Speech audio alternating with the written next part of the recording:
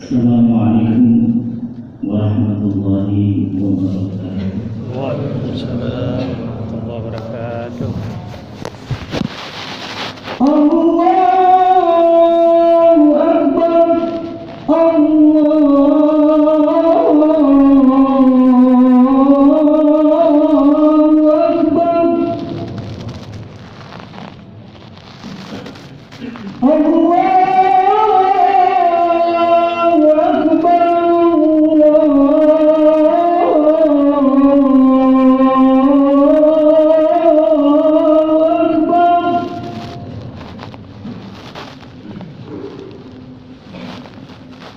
Asyhadu an la ilaha illallah.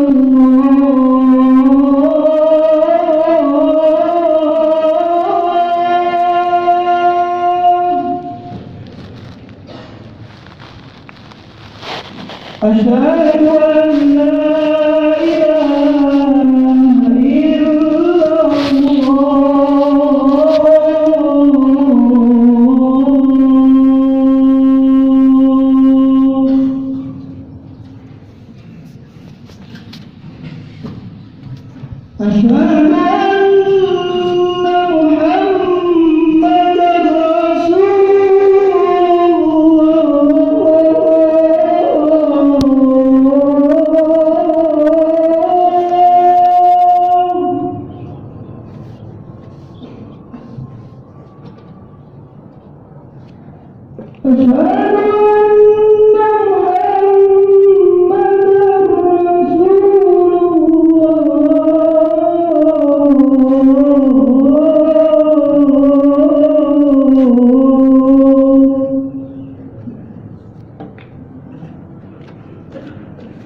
أشهد أن محمدًا رسول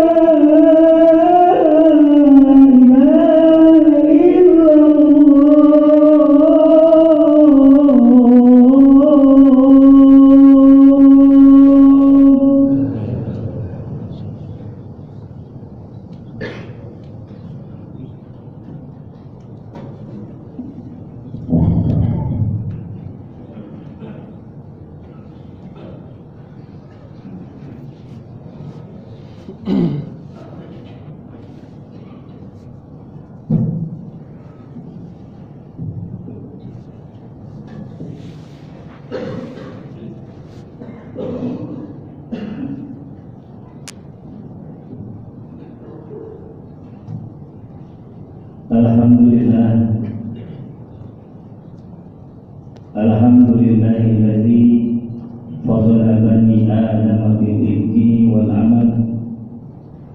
Asyhadu an la ilaha illallah wa asyhadu anna Muhammadan abduhu wa rasuluh al-mab'uts rahmatan lil alamin. Allahumma shalli wa sallim ala Rasulillah sallallahu alaihi wasallam wa ala alihi وأصحابه ومن تبعه بإحسان إلى يوم الدين أما بعد. فيا عباد الله اتقوا الله حق تقاته ولا تموتن إلا وأنتم مسلمون. وقال تعالى في كتاب كريم: أعوذ بالله من الشيطان الرجيم. بسم الله الرحمن الرحيم. ربي أعوذ بك من همزات الشياطين وأعوذ بك ربي أن يحضرون. وثم قال النبي صلى الله عليه وسلم: لا تجعلوا مساجدكم كالتركي. صدق الله العظيم وصدق الله رسول الله صلى الله عليه وسلم. وبظلم مال للقلوب وبأسرها وبرسل ألسن ملوكا توالى سألت بعينه يا رب نزرة تؤيس بها قدري وبئسي والربا. Ma'asyiral muslimin rahimahumullah. Tidak kata yang pantas keluar dari lisan kita selain daripada ucapan rasa syukur kita kepada Allah Subhanahu wa taala, yang mana di hari yang mulia ini, di hari Jumat, alhamdulillah kita masih diberi kesempatan olehnya untuk melaksanakan sholat Jumat di masjid yang kita cintai ini. Tentunya kita semua berharap sholat Jumat yang kita laksanakan dari awal sampai akhir semuanya diterima oleh Allah Subhanahu wa taala.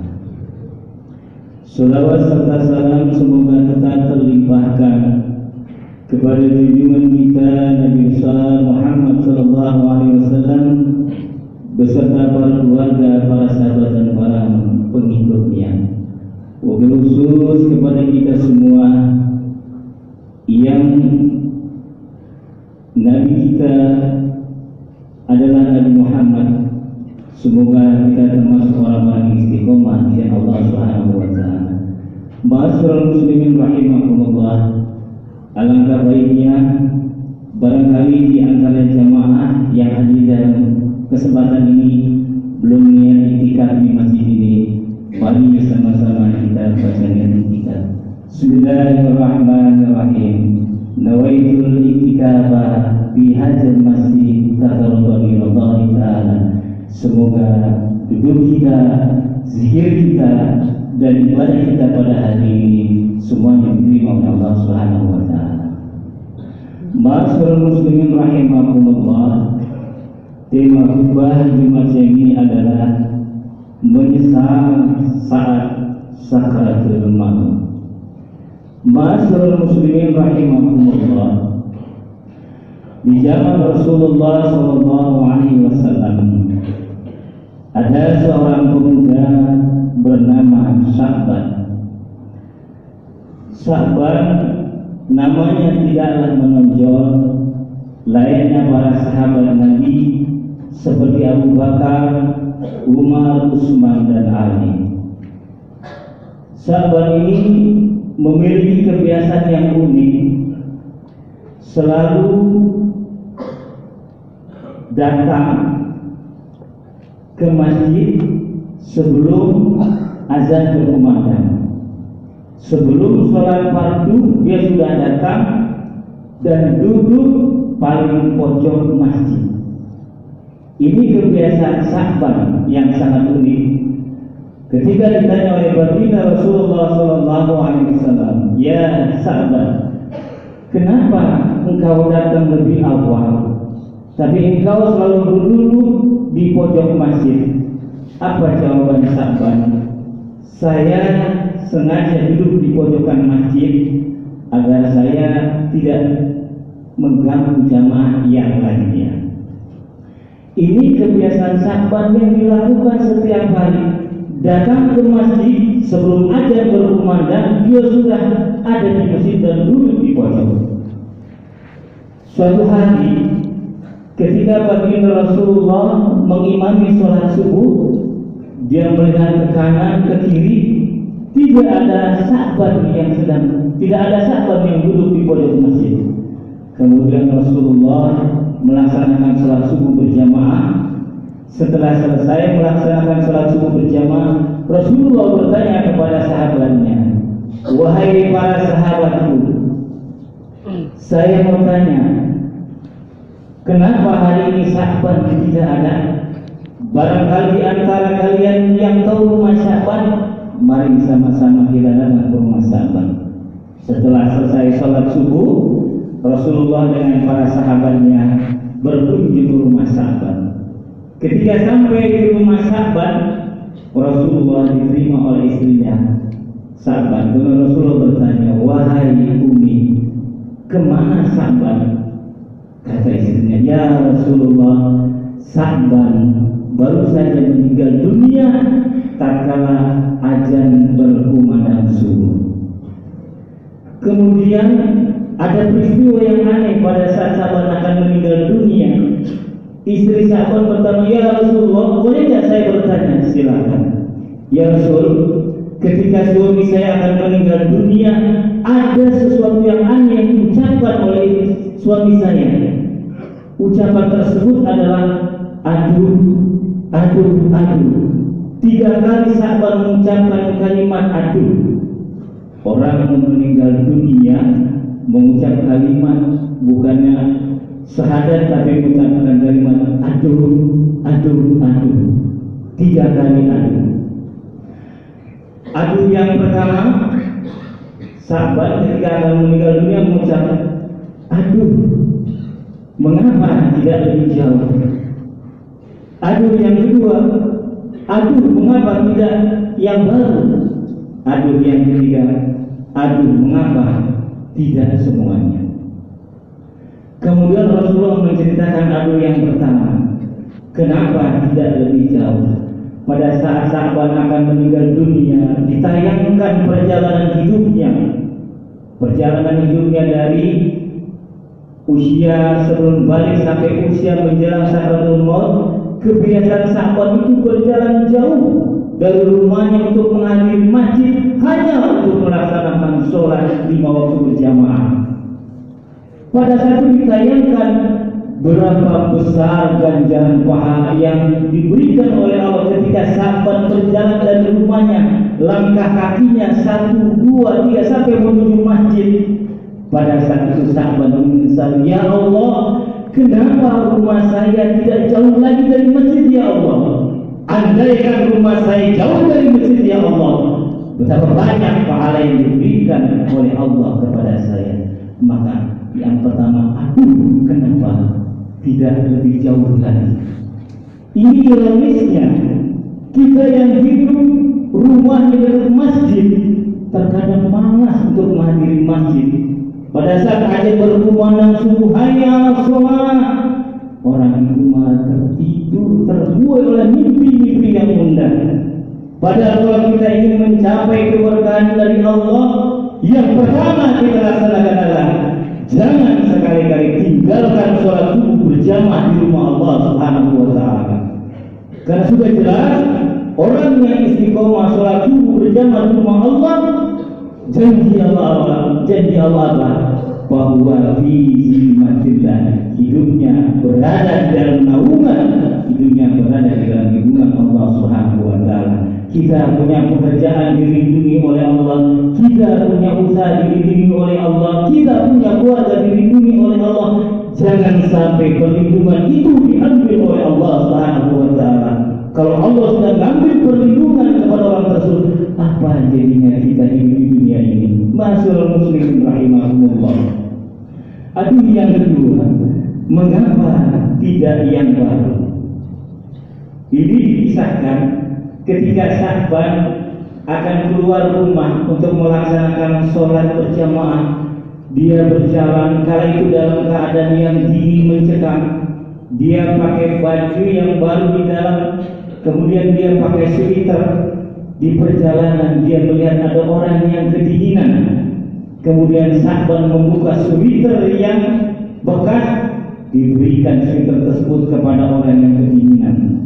Saat itu ditampakkan ganjaran pahala oleh Allah Subhanahu wa Ta'ala ketika sahabat memberikan sweater yang bekas.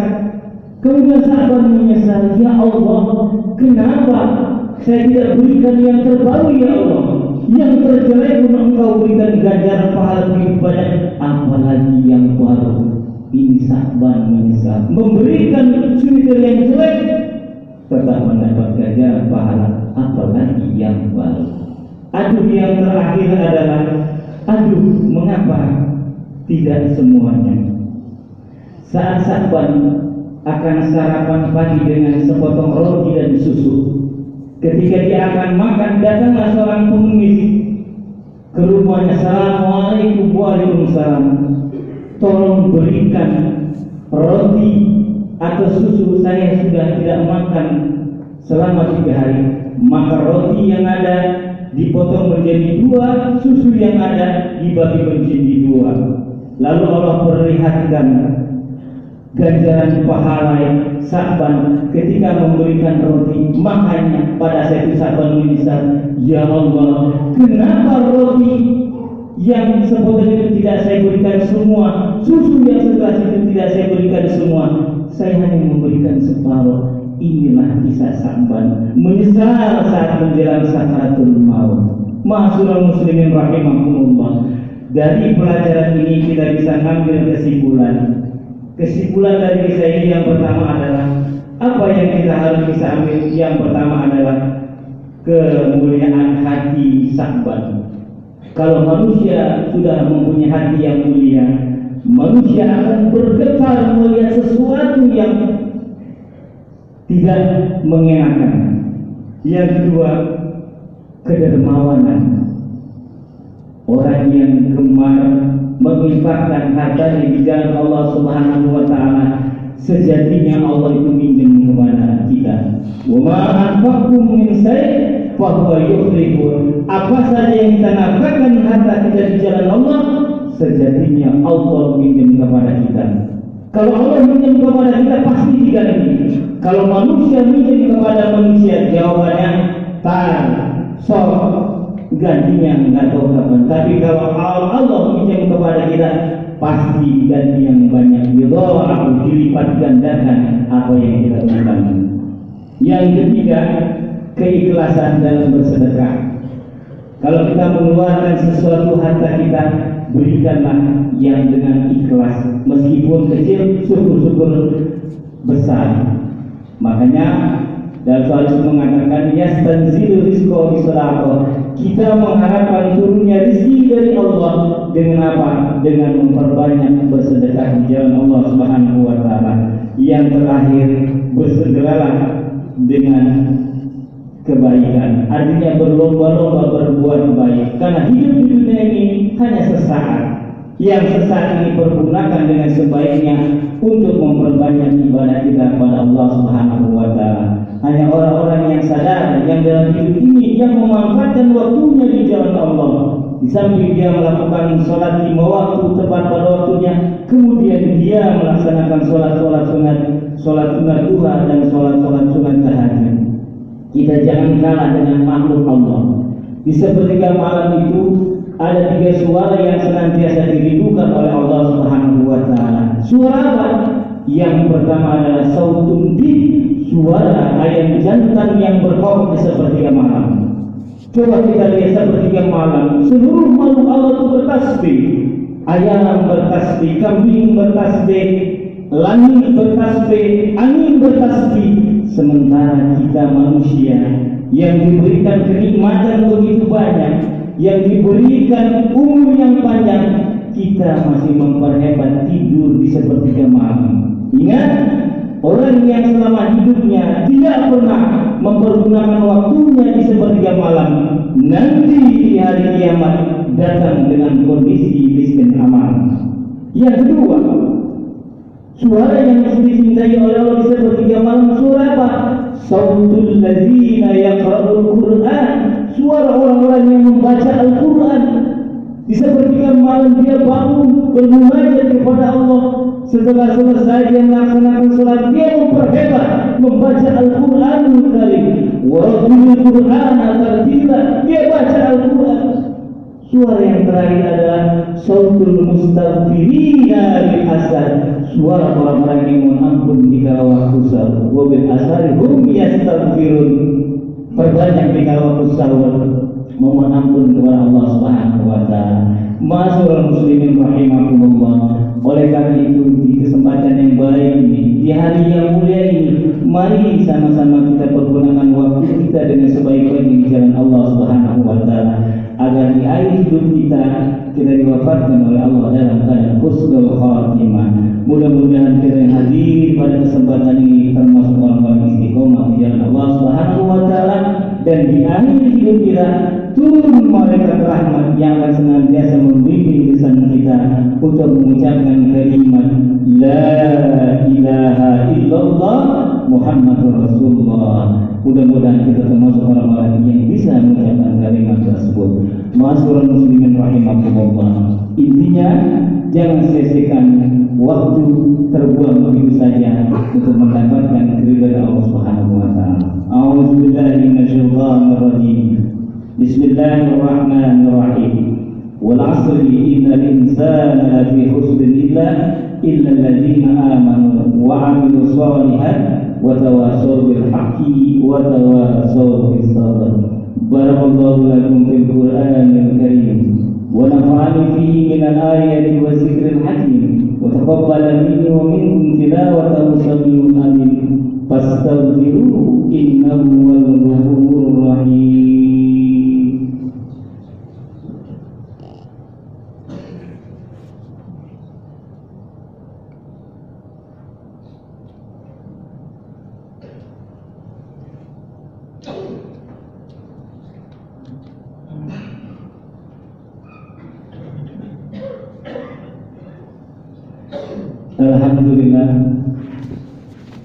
Alhamdulillahilladzi hadana lil-islam wal iman wa khadda ba'da ibadihi bi ta'ati wa ba'dahum bil isyan. Asyhadu an la ilaha illallah wa asyhadu anna Muhammadan abduhu wa rasuluhu al-mab'uts rahmatan lil alamin. Allahumma shalli wa sallim ala rasulillahi sallallahu alaihi wasallam wa ala alihi wa ashabihi wa man tabi'ahum bi ihsan ila yaumil amma ba'du. Fa ya ibadallah, ittaqullah haqqa tuqatih wa la tamutunna illa wa antum muslimun. Fa qala ta'ala fi kitabil karim, innallaha wa malaikatahu yusholluna 'alan nabi ya ayyuhalladzina amanu shallu 'alaihi wa sallimu taslima. Allahumma shalli 'ala sayyidina Muhammad wa 'ala ali sayyidina Muhammad kama shallaita 'ala sayyidina Ibrahim wa barik 'ala sayyidina Muhammad kama barakta 'ala sayyidina Ibrahim fil 'alamin innaka Hamidum Majid. Wa 'alaina ma'ahum bi rahmatika ya arhamar rahimin. Allahumma ighfir lil muslimina wal muslimat wal mu'minina wal mu'minat al-ahya'i minhum wal amwat innaka sami'un qarib mujibu da'wat ya qadiyal hajat. Allahumma awlina bil ilmi wa zayyina bil ilmi wa akrimna bil taqwa wa zidna bil afiyah. Ya Allah, ya Tuhan kami, pada hari ini kami bersimpuh di hadapan-Mu ya Allah. Ampunilah seluruh dosa-dosa kami, dosa-dosa kedua orang tua kami, dosa-dosa keluarga kami, dosa-dosa teman-teman kami, dosa-dosa tetangga-tetangga kami, dosa-dosa guru-guru kami, dosa-dosa para pemimpin kami, dosa-dosa kaum muslimin dan muslimat, mukminin dan mukminat, baik yang masih hidup apalagi yang sudah wafat. Ya Allah, ya Tuhan kami, jadikanlah rumah tangga kami semua ya Allah, rumah tangga yang sakinah mawaddah warahmah ya Allah. Jadikanlah anak keturunan kami semua ya Allah, anak yang qurrata a'yun ya Allah, anak-anak yang senantiasa berbakti kepada orang tuanya, berbakti kepada negara dan berbakti kepada Allah Subhanahu wa taala. Ya Allah, ya Tuhan kami, tambahkanlah nikmat hidayah pada kami semua ya Allah. Tambahkanlah rahmat-Mu ya Allah, dan tanamkan di dalam hati kami ini ya Allah tauhid yang kuat ya Allah. Ya Allah, ya Tuhan kami, bimbinglah lisan kami semua ya Allah, di akhir hayat kami ya Allah bisa mengucapkan kalimat la ilaha illallah Muhammadur Rasulullah. Rabbana atina fid dunya hasanah wa fil akhirati hasanah wa qina adzabannar. Ibadallah, innallaha ya'muru bil 'adli wal ihsan wa ita'i dzil qurba wa yanha 'anil fahsya'i wal munkari wal baghi ya'izukum la'allakum tadhakkarun wa dzikrullahi akbar wallahu ya'lamu ma tasna'un. Aqimus shalah.